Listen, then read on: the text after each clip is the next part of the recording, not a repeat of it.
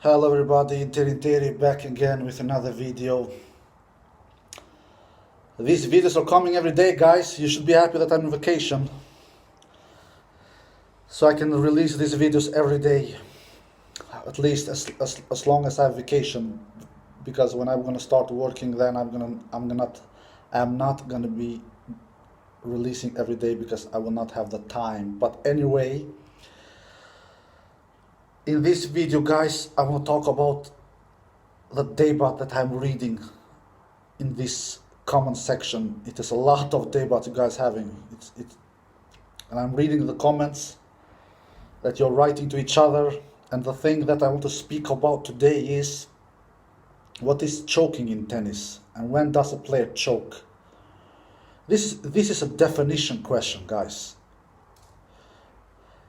Doesn't mean that what I see as choking, some of you guys don't see it, and doesn't mean that some of you guys see something or player is choking. I am not necessarily seeing that as a choking, but I'm gonna give you my definition what I think is a choking in tennis. In my opinion, you have to look at it. You have to look at it in two ways. First of all, I think if you are serving, that is a big advantage as a tennis player. Of course, if you're returning, it is not as much as advantage as if you are close of winning a set or winning a game, and especially winning a match.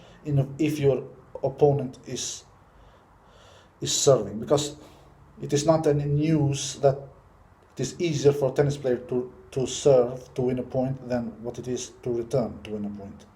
So first of all, you have to look at on that way. The player who has lost a set or game or match, whatever, has he served or has he returned? Me as a tennis analyst, a tennis guru, when I see a player like Federer, who it's known any secret that Federer is the player that I cheer most on, even though I can be sometimes harsh on him, but I'm never harsh without any arguments, and you know it, that, guys. When I see him lose tennis matches after he serves, and he has chances to win the set or the match with his own serve, and he's leading 40-15 or 30-15 or whatever, then I get angry, then I get disappointed, because you have to look at it in the other way as well. What is Federer's biggest strengths in his arsenal, in his resume? It is the serve and it is the forehand. You understand? And when Federer has lost a couple of important matches throughout his career, maybe a lot of important matches throughout his career even, he has a couple of those has been in his own serve that he has lost them. Like against Marat Safin in 2005 as Open semi-final, he served for the match there in that fourth set tiebreak. Against Del Potro in 2018 in the World's final, he served for the title there, and now recently against Novak Djokovic in this Wimbledon final, he served. That was the first reason. The second reason, guys, is how the opponent is winning the point. Because if your opponent is doing remarkable great shots, you cannot say that the player is choking, even though the result and the match is being very, very even. So you have to look at it that way as well. Because if your opponent is doing remarkable great shots, even though you are serving, even though if you serve, but he's doing a great shot that you cannot do anything about it, you cannot call that a choke, man. Let's be fair here. You just have to give credit to your opponent and say very good done and applaud to your opponent. But you cannot just... This word choking, guys, it is not just a word we should use when we feel it for it, or when we... just to use it in nonsense situation. No, guys, you have to look at the situation. You have to look how the points are developing, who has been serving and things like that. For example, and how the player has played. For example, take the 2010 US Open semi-final between Federer and Djokovic. Djokovic was serving in those two match points that Federer had, and if you look at the details, Federer didn't do any unforced error there. So you can call it a choke, but you can call it a not choke as well, because Djokovic was serving and Djokovic did unbelievable great winners. You understand what I mean? He did great winners with his forehand. So, but in my definition is that Federer he maybe didn't choke much, but he just was so careful with those 2 points. That was 2 second serves that Djokovic served, and Federer, he doesn't do much with those second serves. He doesn't do much. He's too careful. And I don't know, was he choking or was he not choking? It's a definition question, guys. Definitely he was very, very careful and cautious. Definitely. But can you call that a choke? Maybe yes, maybe not. I don't know, guys. I don't really know. I am confused myself sometimes. But one thing is for sure, it was not any super great returns that Federer returned in those two match points that Djokovic had in 2010 US Open semifinal. So, and Djokovic did in the end of the day 2 great winners there. But Federer helped him with 2 weak returns, if we can say so. 2011 US Open the next year, Djokovic did an amazing first return on the first match point. That is not a choke. Absolutely not. The second match point that Federer misses with his forehand, that is a choke. He's too careful. He's too cautious. And this year in Wimbledon, it was on Federer's serve as well, and Djokovic didn't do any amazing great shots. The first one, Federer does an unforced error with his forehand, and the second one, Federer is too cautious and does a very, very bad approach in a too weak of a forehand, too soft of a forehand, too short of a forehand. Yeah, you name it, basically everything. Federer did everything in that shot to make sure that Djokovic does a pass, and Djokovic does an easy pass. Djokovic was in very, very good control in that passing shot, guys. In very, very good control. He knew exactly where he wanted to put that ball, and he did that. It was not a risky shot from Djokovic because Federer did that easy to him. So, can we say that Federer choked in these 3 matches, 2 US Open and 1 Wimbledon against Djokovic? Yes, guys, especially those 2, especially 2011 and 2019, yes. Maybe not in 2010 because Djokovic did great winners there. But Federer maybe choked a little. And Federer was not serving then 2010. But in 2011, Federer was serving. In 2015, Federer was serving. So Federer choked in 2011 and 2015, guys. That is my opinion, guys. I don't know if you agree or not, but that is my opinion. But I have heard some YouTubers out there, they think that choking is when you are leading 5-2 and then you just lose. You totally lose it. You lose your serve, you lose the set, you lose the match. That is not choke, guys. That is not choke. That is a meltdown. If you are up 5-2 and you lose that set, that is a meltdown, guys. Or 5-1 or whatever. That is not a choke. That is a meltdown. So that is my definition how I see what choking is. But I read some comments.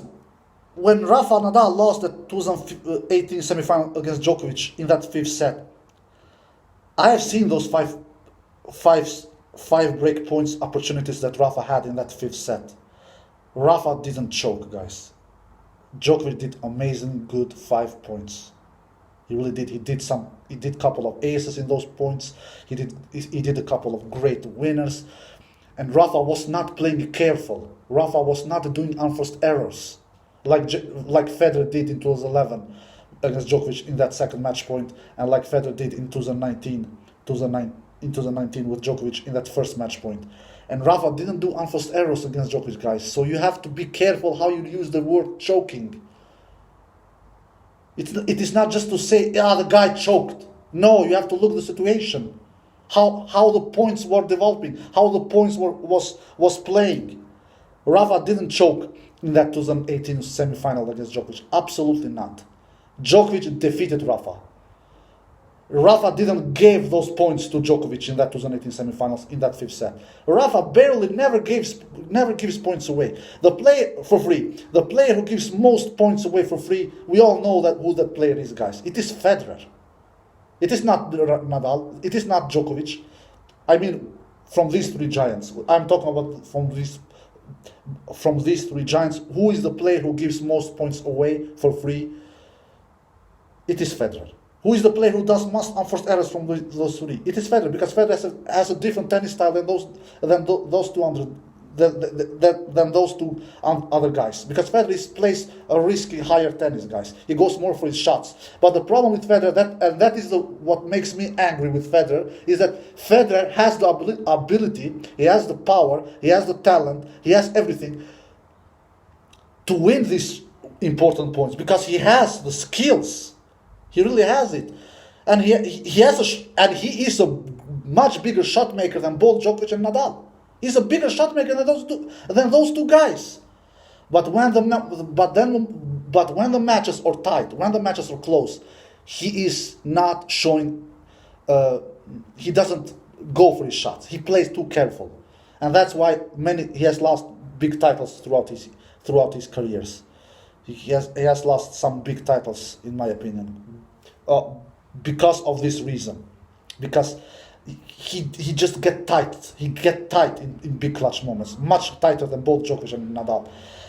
And Federer has choked more than Nadal and Djokovic throughout the years. He really has, guys. He really has. And I have arguments. 22 tennis matches he has lost when having match points. Djokovic only 3 and Nadal 8. So the player who has choked the least, it is definitely Djokovic. Then Nadal comes on the second place.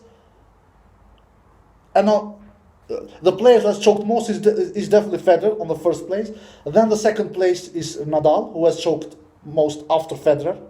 And the third player and the least player of these three who has choked least times, it is, without any shadow of a doubt, Novak Djokovic. And the numbers are proving that. But you have to look how they have choked. Federer has clearly choked most times, like I gave you the examples, and how he has choked. Rafa has choked second most times after Federer, and the least times who has choked is Novak Djokovic. I have not seen Novak Djokovic choking crazy many times, guys, to be quite honest with you. The only time I can remember that Djokovic has choked in a big match was in that 2013 semifinals in French Open against Nadal, where Djokovic was in the lead in that fifth set, and where Djokovic had so easy overhead, and he fell on the net, like you all know. And after that, Djokovic lost that match. So that is that is probably the only time that I have seen Djokovic choke, at least in a Grand Slam match. At least in a Grand Slam match. That is probably the only time I've seen. Nadal, where I have seen Nadal be choking, he has not choked many times as well, guys. Really, Nadal doesn't choke many times, guys. He really doesn't. The only time I can just come up in my head, just briefly here, it must be the 2012 Australian Open final against Djokovic, where Nadal was 4-2 up in that fifth set, and he was 30-15, I think, and he missed the easy backhand just outside the lines. If he made that backhand, he would probably be 40-15, and then he just would have been only 1 point away to be 5-2 up in that fifth set. So that is maybe the only time I've seen Nadal choke, at least in Grand Slams. And Djokovic, the only time I've seen choke, at least in Grand Slams, it was in that 2013 semifinals against Rafael Nadal, French Open.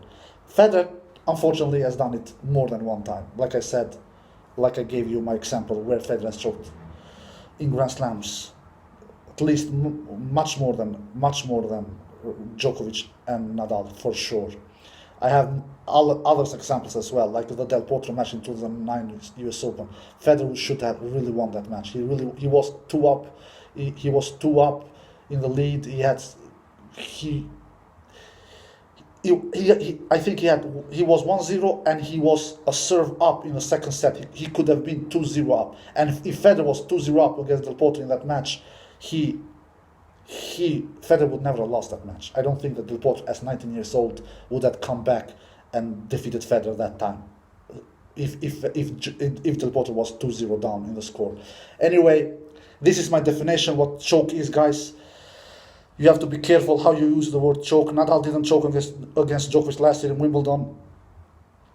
He definitely didn't, guys. Djokovic won that match because he was the bigger and better player in the clutch big moments. That's for sure, guys. And Federer unfortunately has choked much more times than both Djokovic and Nadal in big close matches, unfortunately.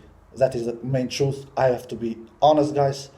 I am not here, like I said earlier in my videos, to make some Federer fans or Djokovic fans or Nadal fans happy or satisfied. I'm here just to give my honest opinions, what I feel. I am not saying that you always must agree with me, but this is what I feel. This is my opinions, and if you agree, so be it. If you don't agree, so be it as well. Alright, guys, I hope you enjoyed this video. Take care and bye bye.